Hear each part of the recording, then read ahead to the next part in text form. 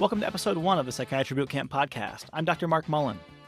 My number one priority with this podcast is to give you clinically relevant information that will change the way you practice and help your patients. As you might imagine, most of the curriculum in Psychiatry Boot Camp is fairly predictable, and it should be. These boot camps, often called crash courses, are increasingly popular across the nation, and the content, given its foundational nature, remains fairly consistent across these courses. That being said, episode 1 is the only episode in the series where we aren't going to dive directly into content that you've probably already been somewhat exposed to and are just trying to cement in your brain. In this episode, I want to carve out some space to remind us of our most sacred duty. First, do no harm. Our two experts today are leaders in the field who have helped to shape my professional identity, and when I was initially exposed to their ideas, I can vividly remember the feeling of a deep breath and thinking, oh yes, I am right where I belong. The second half of this episode will feature Dr. Awais Aftab, and we'll discuss the validity of the DSM, what psychiatry really is, and what it is not. But our first guest today is Dr. Alan Francis. Dr. Francis was the chair of the DSM-IV Task Force for the American Psychiatric Association, meaning he oversaw the creation of the manual after first having a prominent role in the creation of DSM-III. He is a professor of psychiatry and chair emeritus at Duke University. He's also an author, and to give you an idea of his work, wrote a book titled Saving Normal, an insider's revolt against Big Pharma, the DSM-5, and the medicalization of ordinary life.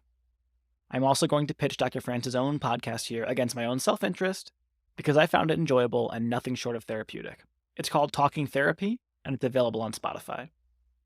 Welcome to Psychiatry Boot Camp, Dr. Francis, and like all of our guests, I'll ask you to introduce yourself to our audience. My name's Alan Francis. I'm a psychiatrist. I've been around a long time, seen a lot of things. I was chair of psychiatry at Duke and also chair of the DSM-IV Task Force.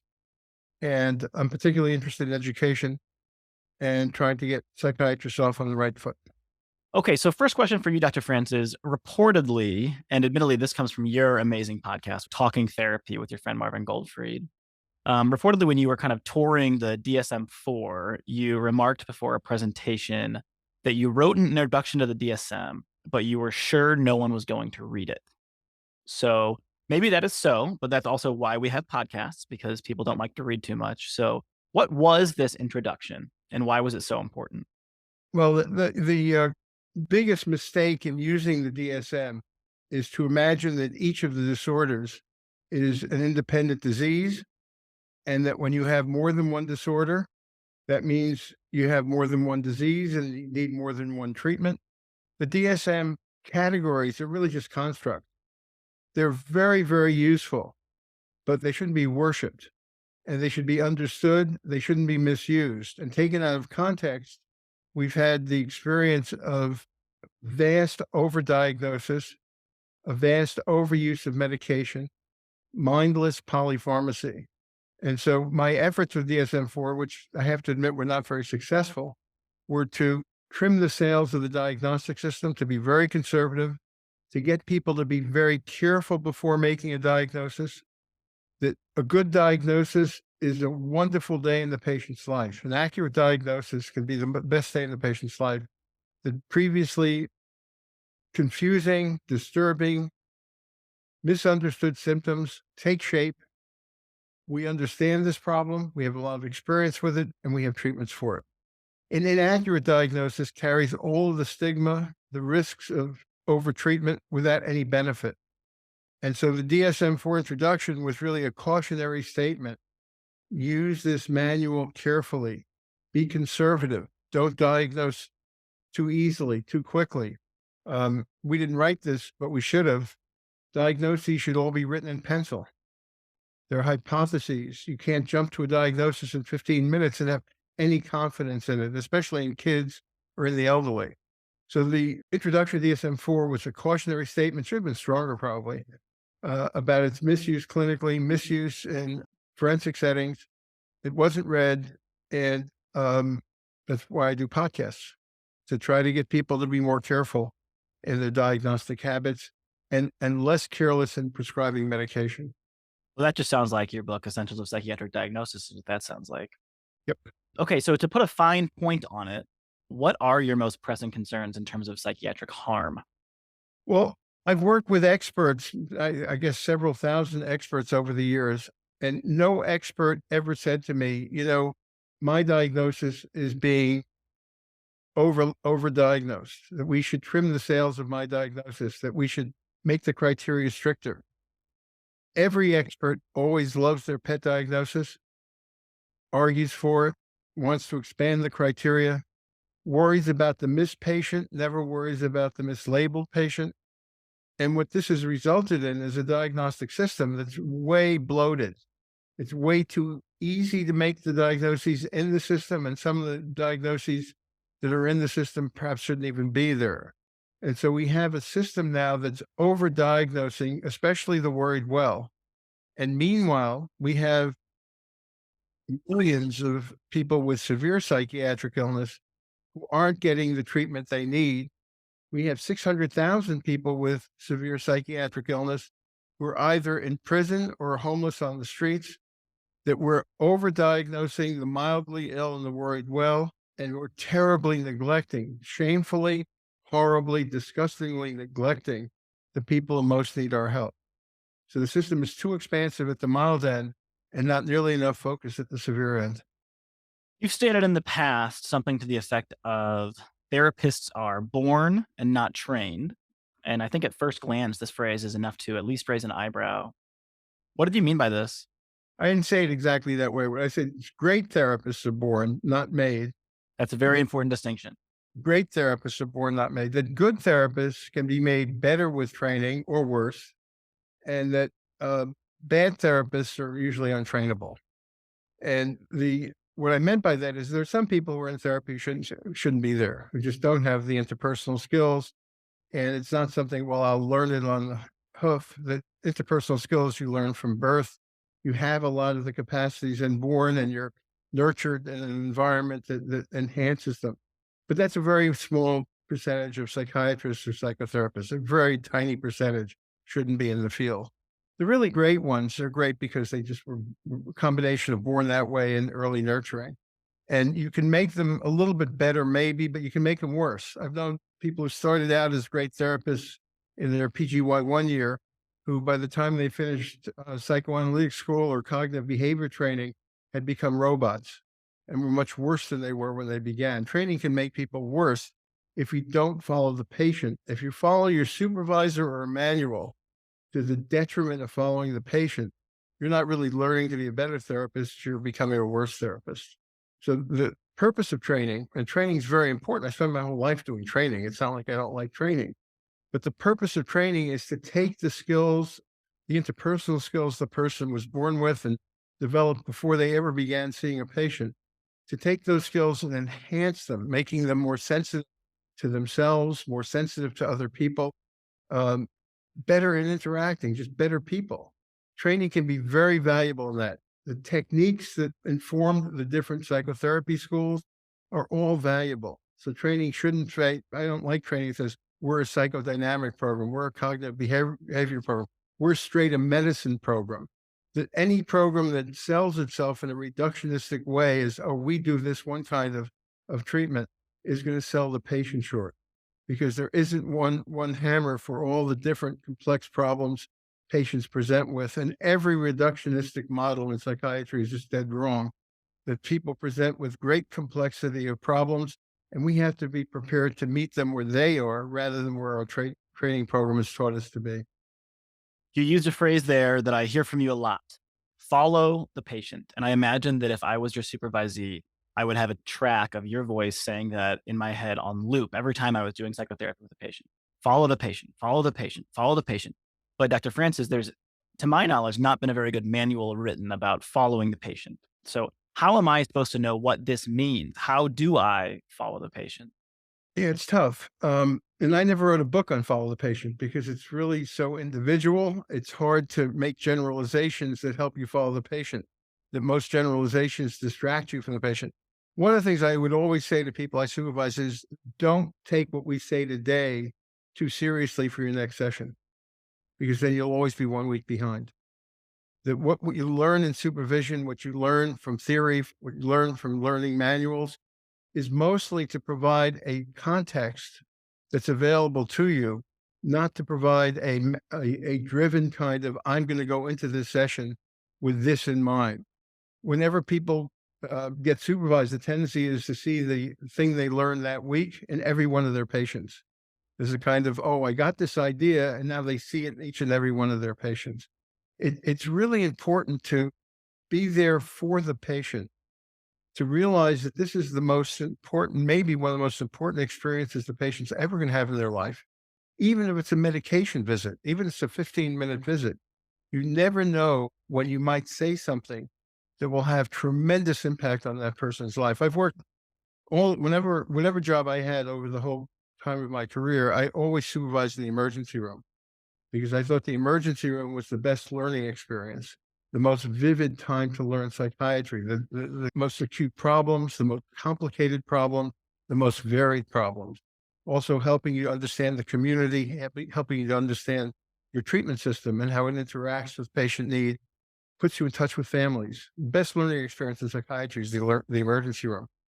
One of the things I noticed was that I would see patients for 15 minutes, never see them again. And I'd have the person come up to me years later and say, doc, you probably don't remember me, but you said this to me and it changed my life. I've also had the experience of working with people for 14 or 15 years and not changing them a bit. So it's not the quantity of work with a patient that matters. It's the quality.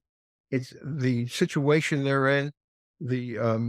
Sometimes the greater the crisis, the more the flexibility the person has to see things differently. And it's you being prepared, thinking that there is no such thing as a routine session. There never is a routine session from the patient's point of view. You may be tired. You may have seen 15 patients that day. You may want to go home. But from the patient's point of view, that could be the moment in their life that changes their life. And you also have to put your needs secondary, put your fatigue secondary, and be as alert as you can possibly be every single minute with every single patient to try to say something that will matter. People change because of corrective emotional experiences. It's never just an insight. It's never just a behavior. It's never just a changed emotion. It's a combination of all of these. It's finding in life or in the session, in the contact with the therapist, a way of seeing the world differently. And we have to be there to try to help them have that experience. That requires a high degree of attention. It requires putting aside distractions, putting aside theoretical models. It requires really thinking through where is this patient in their life and what can I do to say something, to do something that will materially get them to see things and experience things differently. And when you frame the psychotherapeutic interaction that way, I think it helps us to consider all of our life experience prior to this and all of the relationships that we've had prior to this and the things that have changed our lives and to feel comfortable, maybe not necessarily naming it, but bringing all of those experiences into the room with the patient, not checking them at the door, not simply making a DSM diagnosis, choosing a manualized treatment, choosing a medication, but being a human who's in the room with the person, having an emotional experience. And that takes guts, and, you talk about following the patient and how maybe no two patient interactions are the same, but you're not saying throw all the evidence in the toolboxes out the window, obviously, right? What you're saying is we need to know our toolbox. We need to know the evidence, different psychotherapeutic techniques, the medication evidence that we have. We need to know it so intimately that when we're in the room with the patient, we can fully immerse ourselves and have a dynamic experience that is emotive for both of us. And that's really hard work. I wish I had said it that well. You also talk a lot about avoiding cliches. And I think that sometimes patients can run together in our minds. And the longer we do this, the more we see patterns of problems that people have. And hopefully at some point, patterns that work to get people out of these. So it sometimes feels easy to make that into cliches, but you talk a lot about making these magic moments. And I think that only happens if you're organic about it.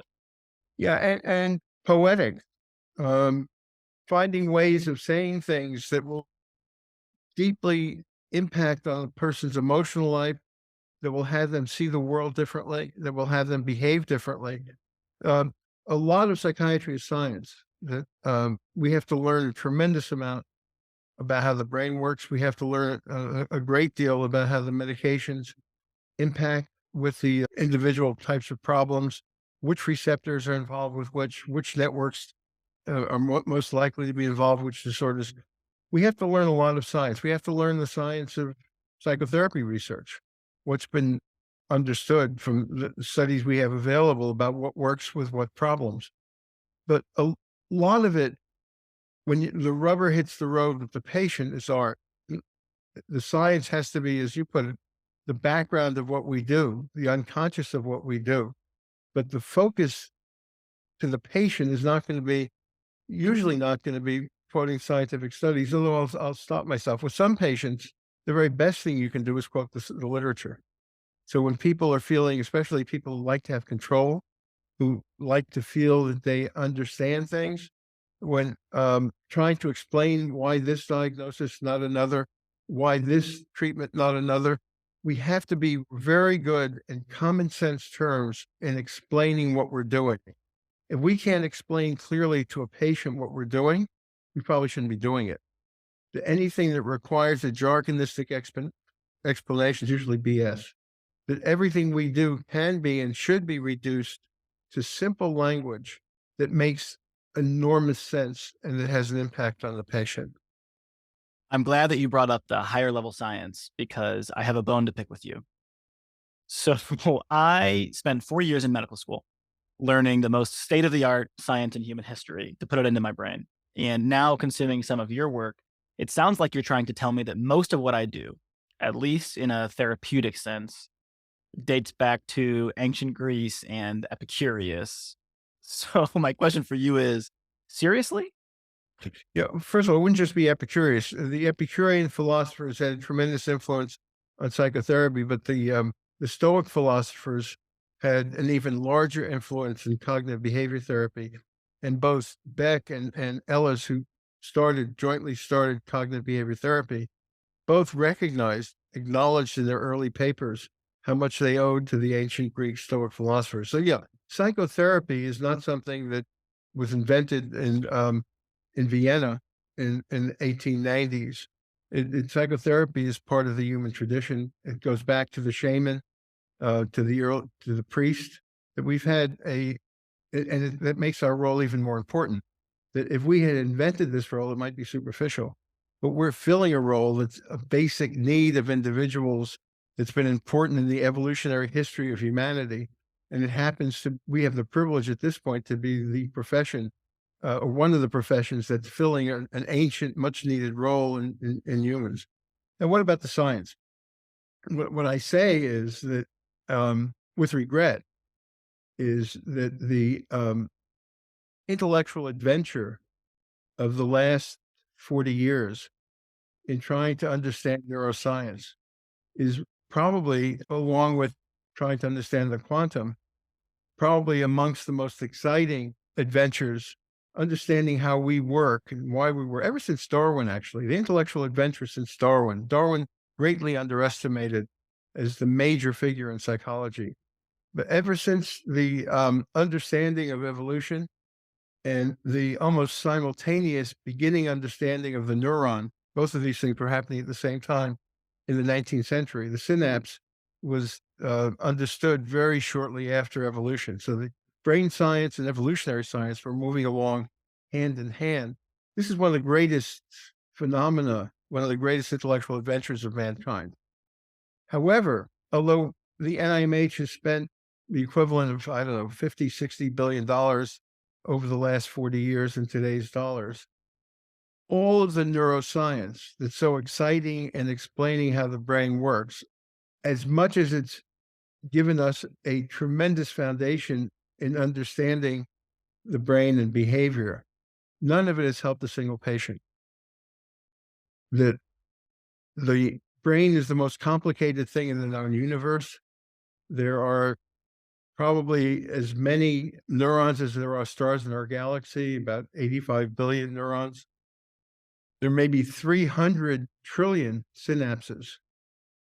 There's a complicated choreography, a dance of the developing neuronal system that has tremendous migrations of cells in all sorts of weird ways. It's remarkable not that anyone ever has a problem. It's remarkable that we work as well as we do. To think there would be simple explanations for all of this neuronal complexity, for all of the vast numbers of weird permutations between brain functioning and the environment, the physical environment, the early environment, the nurturing environment, the social environment, the cultural environment. To think that there would be simple answers was naive.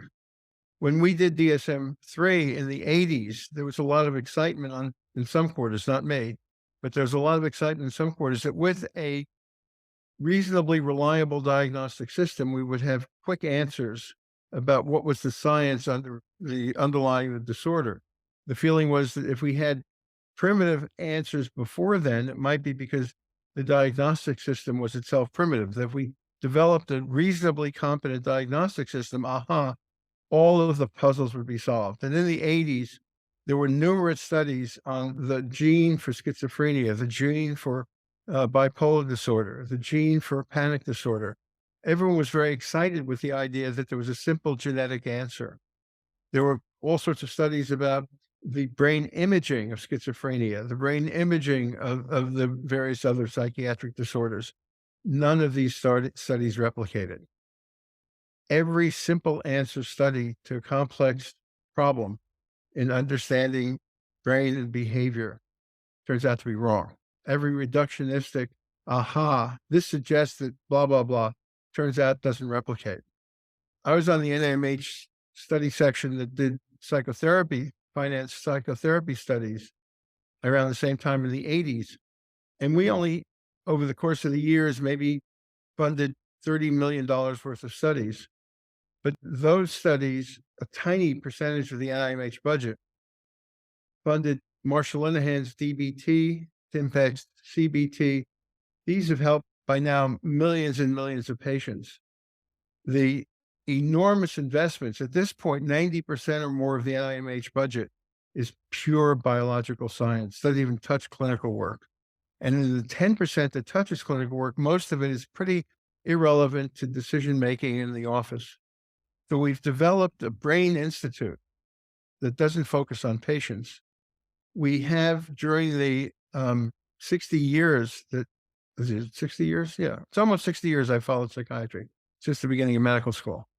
During that period of time, we've developed the most incredible tools in microbiology and genetics and in imaging, and none of them help a single patient. At the same time, we have 600,000 people in prisons or on the street who are suffering greatly beyond what you can imagine. If you haven't visited patients in solitary confinement in a prison, you don't know what degradation is. What I often say is that the worst place in the world to have a severe mental illness is the US. The patients are worse off now than when I began. They were in terrible state hospitals when I began, and now they're in terrible prisons and on the street. Patients smear crap, cell after cell, in solitary confinement in a prison, smearing crap all over the walls. Patients living in conditions that are unimaginable to people who haven't visited LA and seen it, or other cities in America where this has become. So in other words, from my perspective, it's very important to learn science, partly because it's so fascinating, but not to be overawed by it as if the science will lead a simple answer. You guys are starting your careers now. My guess is that during the course of your careers, there'll be giant leaps in understanding how the brain works, giant leaps in understanding how genes work, and very minor changes in how people are treated. Because the jump from the 20,000 genes to the 86 billion neurons to 300 trillion synapses is so complicated that there won't be a breakthrough drug. I think if there was going to be a breakthrough drug, we would have had it. The drug companies have given up research in psychiatry. They made their fortune and they left the field because they understood that it's just that complicated. So in your careers, you can't say, well, I'm going to understand all of the science of the brain and I'll be ready, in 5 years or 10 years, when that breakthrough happens, I can jump on it. Because I don't think it's going to happen. it would have happened. It's been a tremendous amount of investment in finding the breakthrough. Hasn't even happened for Alzheimer's, which is the most obvious. We don't even have a biological test for Alzheimer's. 45 years ago, when I started working on DSM-III, I began asking Alzheimer's researchers, when will we have a biological test for Alzheimer's? Some of them said 5 years, some said 20 years. I kept asking over the years. I keep asking now. If I ask now, some will say maybe 4 or 5 years, and some will say 20 years. It's for Alzheimer's, the easiest of all psychiatric disorders to reduce to brain functioning. For schizophrenia, it'll be lots longer. So I think everyone should learn the science because it's fascinating. Everyone should learn the science because it's humbling, because it's such tough questions. It's a lot tougher to understand the brain than to understand the universe, because the brain's a lot more complicated than the universe. It's had a lot of time to develop, and it's weirdly complicated. Compared to the brain, the universe is pretty simple. If you understand a few things, you get the universe.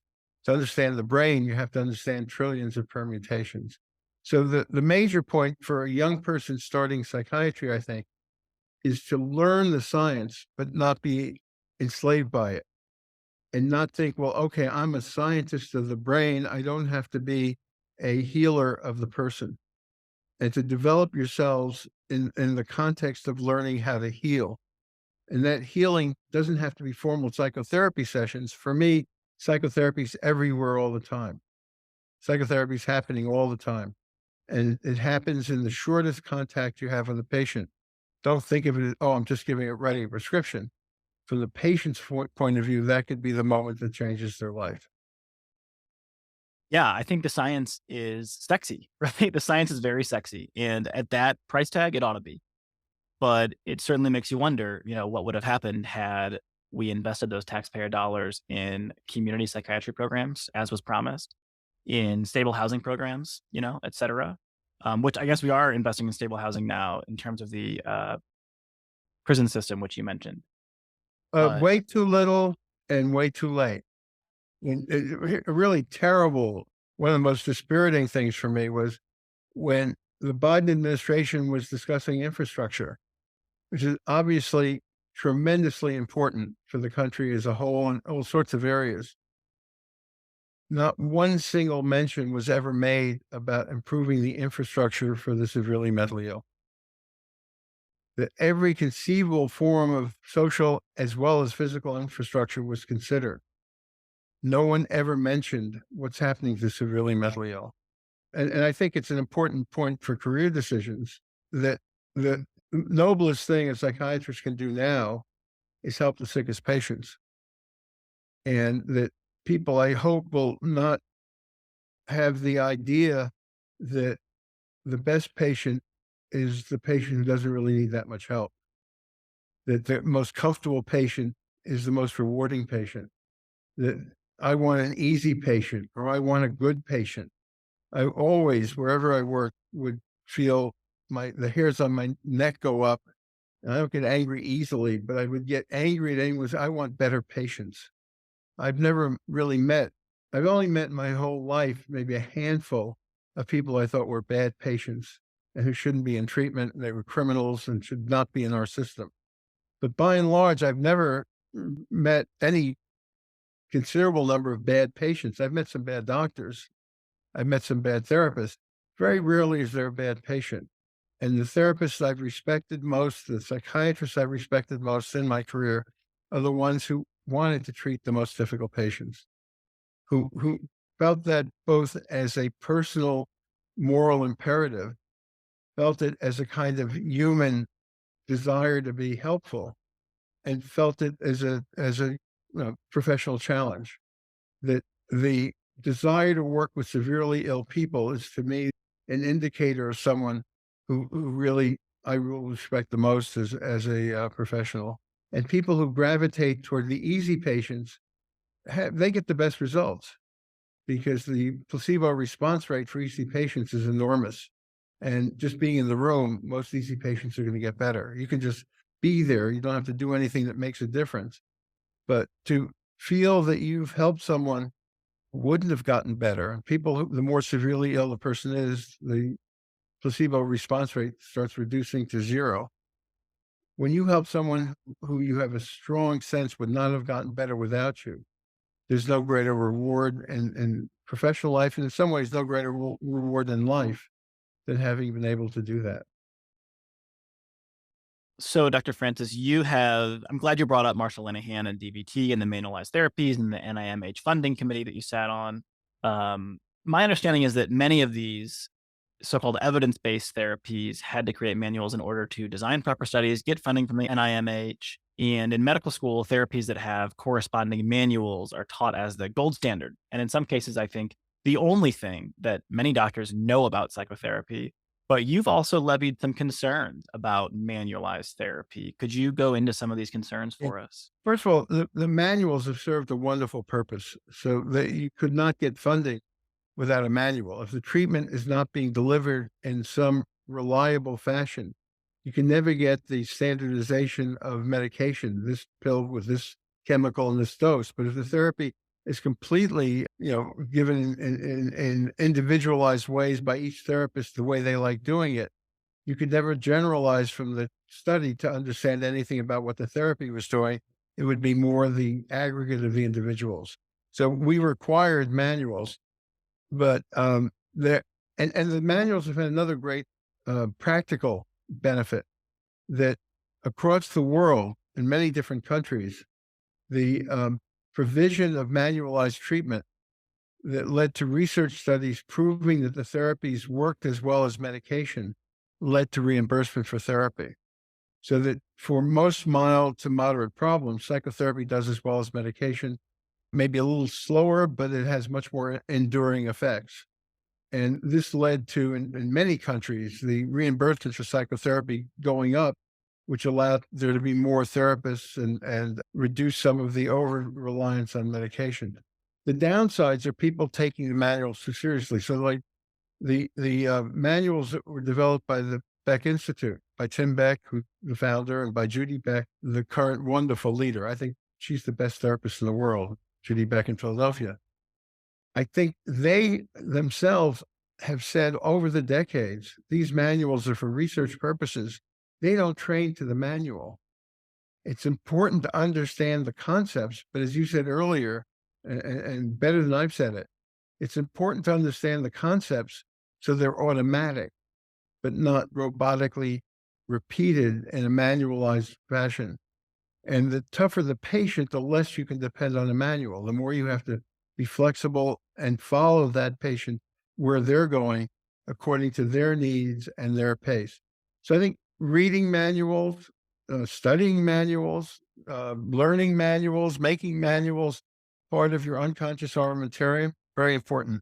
But worshiping manuals and rotely following manuals means you're not following the patient. You mentioned a podcast I do with Marvin Goldfried, Talking Therapy. And Marvin's been working for 40 odd years on integrating psychotherapies. The initial paper, the best paper ever written in psychotherapy, was written in 1939 by Rosenzweig. And he predicted that all the different therapies of psychotherapy would have beneficial effects because there were common factors, common relationship factors across the different psychotherapies that are very powerfully involved in promoting change. That relationship factors are not radically different for the different forms of therapy. A corollary of this is that a competent therapist has to be good at that which is common across the therapies, but also has to be good at all the various different techniques. So I think a competent therapist should be very good at cognitive techniques, very good at behavioral techniques, very good at psychodynamic techniques, good at family techniques, and be able to meld these into a coherent, authentic whole within his or her personality style. And the therapists who are stuck on one model, and the popular one now is trauma-informed therapy, are hammers looking for nails. And, we know that one of the main ways that therapy works in the long term is this corrective emotional experience, feeling seen, heard, understood. And what could be more invalidating than telling your story to someone and feeling like they are wedging your life story into a very narrow, manualized approach, and they are twisting what you're saying and trying to repeat it back to you using jargon, It's really invalidating, and it doesn't help people to feel seen, heard, and understood. It helps people to feel like they are a research subject or something. I don't think that's very healing. And that's how why in some cases training can make people worse because they're too self-conscious about applying techniques and not being themselves. Let me say one closing thing that I can't imagine a more satisfying profession than psychiatry. So I feel awful about the fact that on my watch these last almost 60 years, that the severely ill patients are no better off and maybe worse off, many of them, than they once were. So that's an awful feeling. On the other hand, I can't imagine a more fulfilling life because of the relationships, partly with colleagues and students. It was always fun teaching, and I like being with my colleagues, but mostly with patients. And one of the segments of the podcast that Marvin and I did was focused on how therapy makes you a better person, that I was a much better person in the rest of my life because of the help the patient had gave me in maturing me and teaching me stuff about them, about me, about life in general. So there's no better profession. And the main way to make it rich is to never be a robot doing it, to never get jaded doing it, to never feel this is a routine interview, to not let yourself just become a pill pusher, to always regard the privilege and the wonder of getting to know people in this very special way. And what I took from that episode and the impact that it made on me was pretty profound because I hadn't thought about it that way. But what you're talking about is allowing ourselves to be changed by this experience, by this profession that we've chosen. And if we are our best person when we're practicing psychotherapy, it helped me to step back and say, what do I like about myself when I'm being a therapist? And how can I incorporate those qualities into the rest of my life? And I think that's what makes a vocation really fulfilling. It's pretty amazing. You say the things I say, but you say them better than I say them. So I guess I'm learning well. Dr. Francis, thank you so much for coming on. sure. Psychiatry Boot Camp is brought to you by Beat the Boards. I am so excited to have Beat the Boards as a partner because this is the question bank that I used to study for my own psychiatry board exam, and it made the exam a breeze. The Beat the Boards question style was so close to the style of questions on the real exam that I felt over-prepared during the test. Beat the Boards has courses in psychiatry and virtually every other area of medicine. Visit beattheboards.com to view the entire catalog and take advantage of Psychiatry Boot Camp's exclusive additional 10% savings by entering the word bootcamp in the referral line in the shopping cart. Again, unlock these additional savings with referral code BOOTCAMP. That's one word, no spaces, bootcamp. Psychiatry Boot Camp is brought to you by Simple Practice. Are you thinking about starting your own practice, but you're too daunted by the business and logistics? Or maybe you have a practice, but you're spending so much time on scheduling, record keeping, and billing that it's burning you out and slowing you down? Simple Practice is the solution for you. Simple Practice is an all-in-one EHR designed to help practitioners thrive. From admin work to clinical care, Simple Practice has a suite of tools that work together to simplify practice management. This includes e-prescribing and PDMP checks integrated within the app, and a lab slip template that can be easily sent to patients within the portal. With Simple Practice, you can spend your time on what matters most. For an exclusive 7-day free trial and 70% off 4 months, visit simplepractice.com/bootcamp. That's simplepractice.com/bootcamp. Our next guest is Dr. Awais Aftab, here to talk to us about some of the more philosophical aspects of psychiatry. Dr. Aftab, welcome to Psychiatry Boot Camp, and I'll ask you to introduce yourself to our audience. Thank you, Mark. I think this is a wonderful initiative, so I'm really glad to be a part of this. I'm a psychiatrist in the Cleveland area. I'm clinical assistant professor of psychiatry at Case Western Reserve University, and I'm pretty actively involved in educational initiatives related to philosophy of psychiatry, conceptual psychiatry, and critical issues in psychiatry.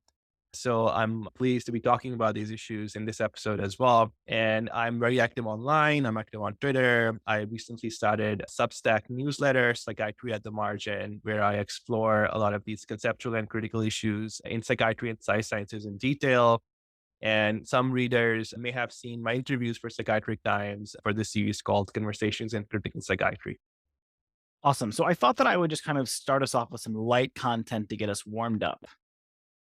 Dr. Aftab, is the DSM valid?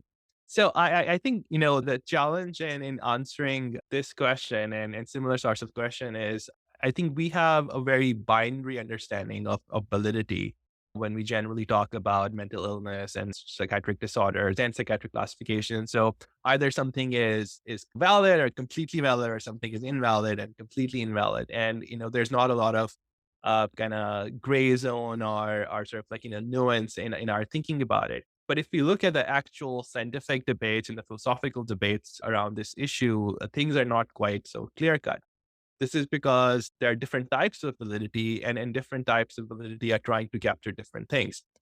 When people ask the question, is psychiatric classification valid? What they normally have in mind is that there are identifiable categories of disease entities out there in nature, identifiable categorical mental illnesses or mental diseases, and whether the DSM classification corresponds to those objective categories, whether there's a one-to-one alignment or a one-to-one matching between the DSM categorization and the categories that really exist out there. The issue is that the scientific research that we have undertaken over the last several decades have shown that this view of understanding psychopathology doesn't seem to make sense. It doesn't fit the scientific data we have. As far as we can tell, we have not been able to identify these sorts of discrete disease entities. And what we instead see is that it's a very dimensional landscape. It's a flux, it's a combination of many different possibilities. We are looking at a complex system in which certain patterns emerge that we recognize as symptoms. And so this idea, like we have in infectious diseases, that you validate a syndrome by identifying the pathogen that is causing it. That idea of validity applies very poorly to psychiatry and to mental health. And so in a sense, yes, it's not valid, but it's not valid because that's not the model we should be adopting for understanding of psychopathology to begin with. I often, when I'm talking to medical students and psychiatry residents, I often say that instead of thinking about psychiatric illnesses as something like acute appendicitis, where you have a discrete pathological change that has an identifiable syndrome, think of it like hypertension. Like everyone has a blood pressure. It varies, and it's a spectrum. You can graph it. There's no natural discontinuity where a blood pressure magically transforms into an abnormal blood pressure. So when we are dealing with this sort of dimensional landscape, we are forced to draw a line on it for practical purposes. We have to decide on a threshold. And so the validity of that threshold depends on what we want it to do. The validity of the threshold for essential hypertension is that does it successfully prevent future episodes of cardiovascular illness, stroke, etc. Right? So we have an identifiable scientific clinical goal, and we use that to draw our threshold. The challenge in the case of DSM is that right now its thresholds are not really optimized to do anything in particular. They're optimized just based on expert consensus, but they aren't optimized to do any one particular thing, like optimize treatment response or optimize genetics, etc. And I think that's where a lot of kind of confusion comes in. And so I would say that DSM has imperfect validity. It captures certain symptom patterns that we recognize in clinical practice as clinicians, and it sets certain thresholds that do take into account many considerations. But there is a lot more room for us to do scientific work and optimize the way in which we are setting the thresholds and drawing the boundaries between different conditions. I cannot believe that I had never heard that blood pressure analogy before. I am going to steal that and I'm going to tell that to everybody who will listen. That is so illustrative of that point. Thank you for that. Dr. Aftab, so you've really been the tip of the spear in terms of interfacing with anti-psychiatry and defending the fundamental principles of our field. What are some criticisms of the field that you think are warranted and that newly minted residents should be aware of? Yeah, I think it just so happened that I ended up in that sort of interface role with the critics of psychiatry. I didn't start out thinking it'll be that. I was mainly more interested in understanding the conceptual foundations of the field and the philosophical issues in a more sophisticated way. But, while I do defend the profession, I do think there are many, many criticisms that are legitimate and that we need to take very seriously. I think the biggest one, kind of just, following up on my earlier discussion, is this idea of diagnostic reification. I think ever since DSM-III and the popularity of the DSM-III and its ubiquitous scientific use, we have just kind of adopted this implicit mindset that the DSM somehow reflects the scientific reality, that it provides a sufficient enough basis for us to organize our scientific research. So, for 3 decades, a lot of the scientific research we were doing, we were taking certain DSM groups, sort of like, and comparing them with normal controls. And we are looking for biomarkers, we're looking for biological processes involved. And it started becoming apparent in the 2000s that most of the biological processes involved are of transdiagnostic nature. They don't respect the DSM boundaries. So we were forced to confront that problem, and this over reliance on DSM thresholds and boundaries had actually hindered our scientific progress instead of helping us. So this idea of attributing more reality to our diagnostic constructs than is scientifically warranted, I think, has been a big problem. I think we need to acknowledge that. We need to take steps to address it. I think in our communication with patients, in our communications with the public, we have unfortunately relied on a lot of simplistic and misleading messaging. The message that people have been getting has been in the language of chemical imbalances, has been in the language of brain disorders, sort of like, and without really any conceptual clarity on what these terms are intended to mean, we have been emphasizing that these are legitimate medical conditions. But then how is the public supposed to understand what a medical condition is or what the connotations are regarding etiology? So we have neglected, communicating vital aspects of what we mean by sort of like, by these concepts and terms. And we have also neglected the self-understanding that patients have of their diagnosis and how they understand their own experiences. And that when they understand their experiences through the lens of, for example, the DSM diagnosis, how that changes their self-narrative and self-conception, and how that alters the course of their illness versus if they were to adapt a different sort of understanding. And I think that neglect has had a lot of negative impact on people. I think many people have reacted with a sense of betrayal, with a sense of loss of trust, which has been very unfortunate for us. And for example, a recent book by journalist Rachel Aviv, Strangers to Ourselves, actually documents the ways in which self-understanding of psychopathology influences the long-term course of psychiatric conditions. So this is something that we need to take seriously. I think the way healthcare systems have been set up, there has been an over-reliance on pharmacological treatment. Psychiatrists have increasingly distanced themselves from the practice of psychotherapy and left it more and more to other professions such as psychology and social work. And correspondingly, psychotherapy has become more and more difficult to access for patients. So we see then an over-reliance of pharmacology, which has had detrimental consequences on the state of clinical care. I think we have neglected the magnitude of iatrogenic harm. For example, we have underestimated the degree to which antidepressants can produce dependence and withdrawal issues, the degree to which they can have sexual side effects, including permanent sexual side effects. We have neglected many of the harms and risks associated with antipsychotic medications. And I think, we have neglected addressing the social determinants of health and public health approaches. Our treatment approaches have been rather stereotypical and very focused on pharmacology and neuromodulation. And that has been unfortunate. So these are, I think, some of the criticisms that I think we need to accept and we need to take seriously. That being said, are there any common criticisms that you'd be willing to dispel for us here?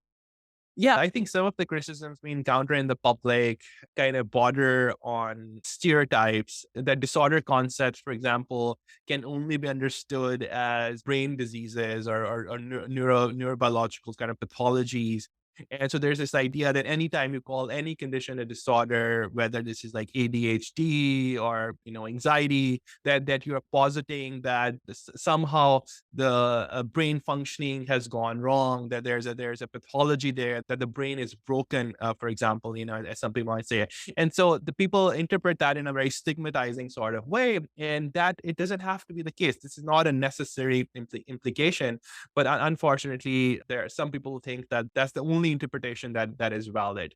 I think many criticisms, for example, around the use of pharmacology. I think there's a sentiment that psychiatrists have intentionally misled the public about the efficacy of these medications, that they have intentionally kind of understated their harms. And there's also the sense that when psychiatrists engage in involuntary care, involuntary treatment, that there's no clinical or scientific rationale behind that this is merely a form of social control and nothing but social control. And that when psychiatrists diagnose something as being an instance of mental illness, that they're simply labeling social deviance and social difference as a pathology, that there's no reality to psychiatric conditions other than social deviance and social difference. I think those are some of the common criticisms we frequently come across, and I don't think they're correct. I think most of us who have worked on a psychiatry unit or seen patients in the ED, it's relatively obvious to us that we are not simply stigmatizing people's life choices and values. I think it's fairly obvious when you've seen certain populations that there is a functional impairment. And then when you've treated patients long enough, you can see that we clearly have very useful tools to reduce that functional impairment. And so I think that when we talk about things like the problems with antidepressants in America, it's tempting for people to lump all psychiatric medications in with that. And you and I have had the experience of seeing patients who have, severe and persistent mental illness really get their lives back by being on medication like an antipsychotic, which can really help someone who's not functioning really at all in the world to have social relationships, maybe to have an occupation, to have a meaningful life. And so I think that really clinical experience is what will help people to dispel some of those ideas in their own minds. So sometimes people come to us because they are feeling things that aren't in the DSM. So, like, I'm thinking about a patient who feels lost because they're having a career crisis, or a parent who does not feel like the identity of being a parent is very befitting for them. So, it can lead to sort of a more existential crisis, a presentation that has factors of belonging, mission, purpose. Do you have any advice for us on how to navigate these conversations, being mindful of the fact that a lot of our patients are not going to present us with very clear stories that have a very specific diagnosis and biological treatment? Yeah, I think the important thing to keep in mind is that we don't have to try to fit the patient into our diagnostic classification and schemas. We have to bring our diagnostic tools to the patient experience and try to use them to make sense of the experience rather than try to fit the experience into the boxes that are available to us. And the formal psychiatric classification in the form of DSM and ICD, they deal with patterns that are well recognized and that have a certain degree of stability and reliability, and that have been shown to some degree in research study to be able to track different sorts of validators that we are interested in, for example, family history or other sorts of scientific findings. So that means that there are many forms of psychopathology, there are many forms of psychological difficulties that are not captured in the formal diagnostic manuals as they exist, and there are conditions and there are presentations that are poorly studied and poorly researched, and for that reason they have not made it into the formal diagnostic manual. So that's one aspect to keep in mind, is that there's a lot more to psychopathology and the ways in which psychopathology present that than the manuals capture. And the second thing is that there are many psychological difficulties that require some form of clinical help, usually psychotherapy, that are not disorders in the classic sense that we understand them. Relationship difficulties are ubiquitous, parent-child difficulties, stressful reactions, difficulties dealing with various sorts of life circumstances. These are instances that can be quite challenging for the individual. And they are instances of what we might call poor mental health, and they may require psychological support and counseling, but we would not consider them to be disorders in the proper sense. And that's another reason why the DSM, for example, or ICD doesn't classify them, but they might exist in a section of the DSM we call the V codes, which categorizes clinical conditions that come to clinical attention but are not necessarily disorders per se. And psychologists, psychotherapists, and psychiatrists are very used to seeing conditions like that. I think a common one, for example, these days is demoralization and occupational burnout. It's not a disorder by itself, but it's something that many of us experience given the current state of our capitalist economy and the working conditions. And the demoralization and burnout can be severe enough that it requires professional help, but it doesn't mean that it's a disorder. It is classified in the ICD as an occupational phenomenon, as an occupational problem, but not as a disorder. So we have to, I think, do justice to the patient experiences. And we also think that diagnosis is just one tool available to us. And sometimes it's not the best tool. Sometimes we have to rely on other forms of clinical description and categorization. And we have to think of ways in which we can formulate the difficulties of the patient, which requires us to have an understanding of the psychodynamic aspects of psychology, cognitive behavioral aspects, and other forms of clinical understanding that are not captured by the diagnostic manuals. That's a nice primer for our case formulation episode in the weeks to come. So, my next question for you is, when we communicate a diagnosis to a patient, not the formulation, but just the diagnosis, what are we actually communicating to the patient? In practice, there's a lot of confusion that surrounds this. And the reason for that is that most clinicians, in my experience, don't have a clear idea of what exactly they mean by the diagnostic terms that they're using. And resultantly, patients don't have a clear idea of how to understand them. And there's a prospect of miscommunication and reliance on general folk ideas of what something means. So I think the whole setup is very conducive to confusion and miscommunication.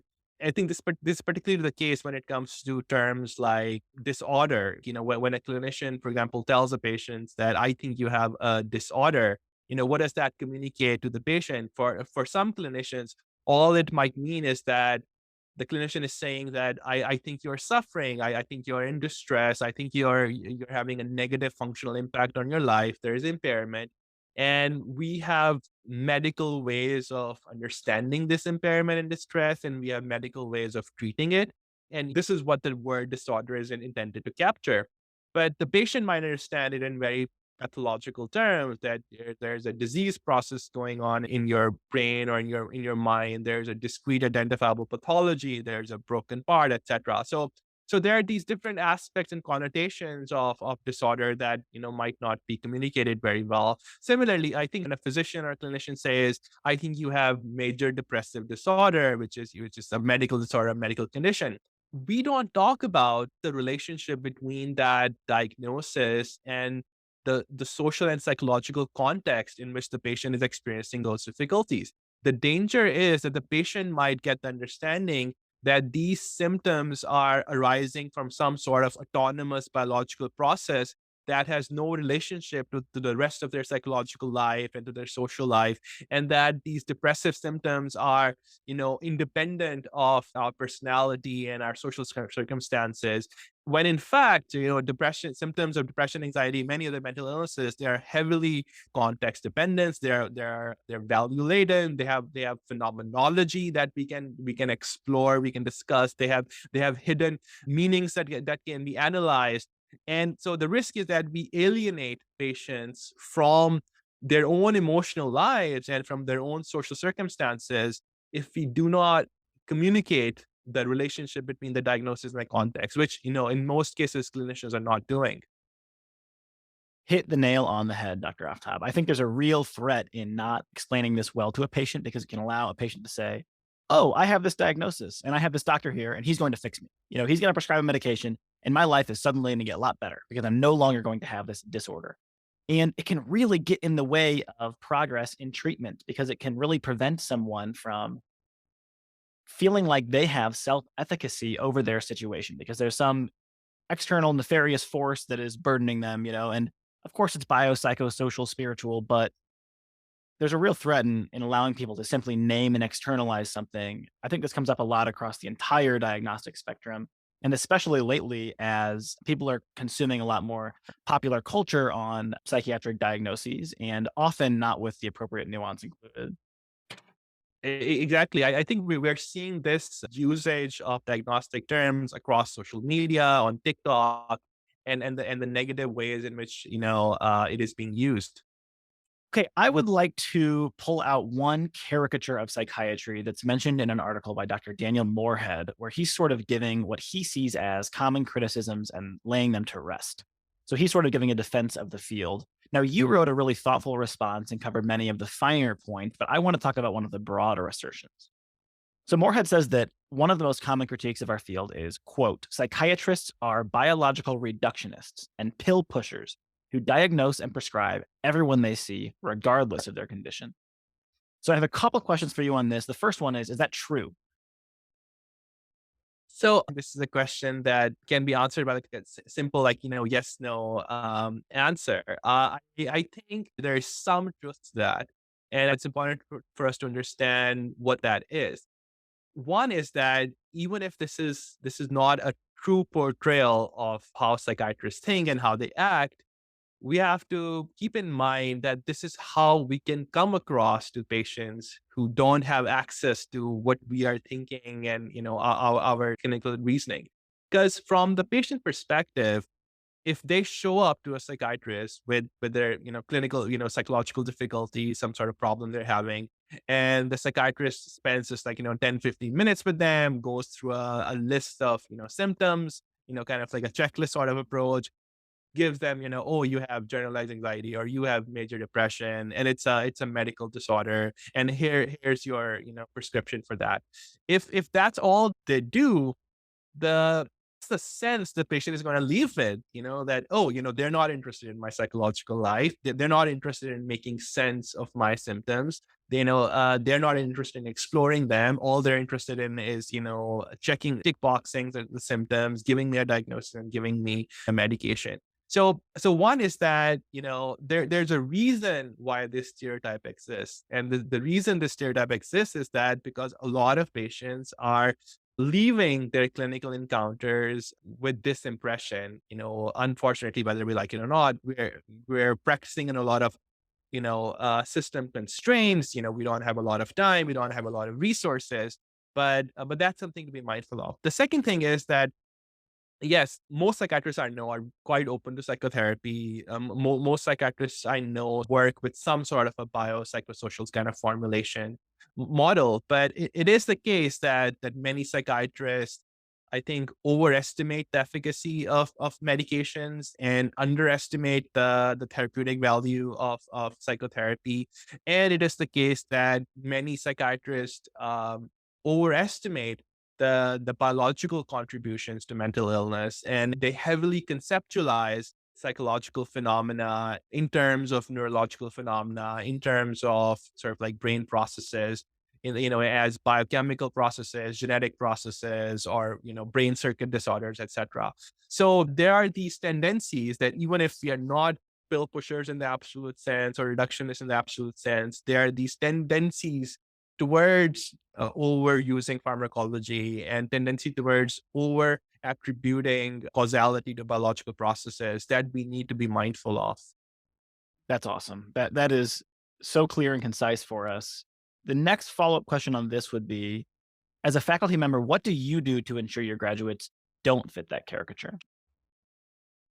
I've been involved with teaching for several years now, ever since I finished my own training. And there's only so much any one individual can do. But the thing that I most focus on is having these conversations, is that I kind of openly bring up these questions. I ask these questions to trainees and we openly talk about it and discuss them. Because I think that the biggest issue we have had in psychiatric education is that there has been no systematic way in which trainees have explored the conceptual and philosophical and theoretical side of psychiatry. These questions have been left unaddressed. So even though there has been a lot of academic work done on this, a lot of philosophical work done on this, there have been, many debates in journals and in books, but none of that makes it into psychiatric education. And so the trainees are, they learn the DSM criteria, they learn the clinical interview, clinical assessment formulation, but they never get an opportunity to step back and say, well, if I say that a condition is a disorder, what does that mean? What am I saying? What sort of judgments am I making? How do different forms of sociocultural norms influence my decision about calling something a disorder? Or how do system issues kind of impact the treatment approaches I'm using? Or how should we approach the self-understanding and phenomenology of psychiatric conditions? So I think we have to tackle these problems head on. We have to, I think, discuss them. We have to critically analyze them. And I think if we start doing that, asking these questions and getting people to think about them is a big first step and a necessary one. And I've been a big advocate of what I call conceptual competence, that just as we expect competence in clinical practice, and nowadays we expect competence in navigating cultural differences, and we expect structural competence, that clinicians should have an understanding of how structural factors impact medical care, right? Similarly, I think psychiatrists and physicians in general should have conceptual competence, that they should have a basic understanding of the nature of the concepts that they're using, and the ways in which those concepts are applied and debated in the field.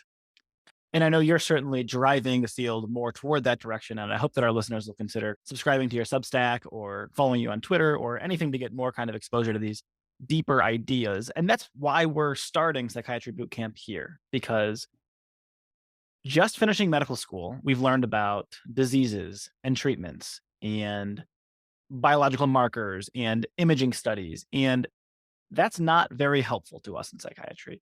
And the treatment of someone who is feeling down and sad because they're having a divorce is very different than the treatment of someone who has a tumor growing in their intestines, which really doesn't have a whole lot to do with how their relationships are going in their life. There are other social factors that are involved in that, but not so much how they're communicating with someone and the difficult vicissitudes of life that they're having to endure.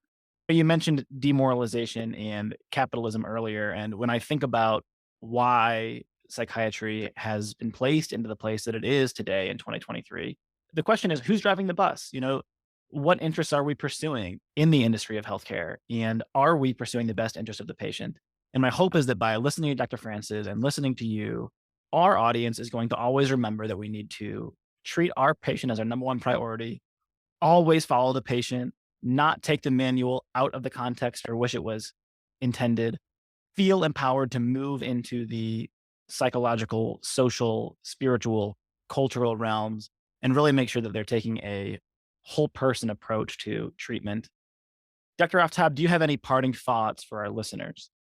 I think you offered an excellent summary, and I'll just reiterate that I think it's very important to look at the whole person and to contextualize our symptom clusters, our diagnosis in the larger context of their psychology and in the larger context of their development and their life. And if we don't do that, then we are setting our patients up for failure in many ways. Thank you so much for being generous with your time, and looking forward to talking to you next. Thank you. Thanks for listening to this episode of Psychiatry Boot Camp. Please leave a rating and review. If you have questions or feedback for me, you can email me at psychiatrybootcamppodcast@gmail.com. The opinions shared in this podcast do not reflect the opinion of any institution, including host or guest employers or podcast partners. This podcast is not intended to be used as medical advice or in any legal proceedings whatsoever, including to establish a standard of care. This podcast is intended only as a supplement to a complete, accredited psychiatry residency and is grossly inadequate to rely on for medical decision-making. It is intended to entertain and inform. You should always rely on your own clinical judgment when making medical decisions and contact your physician for medical advice.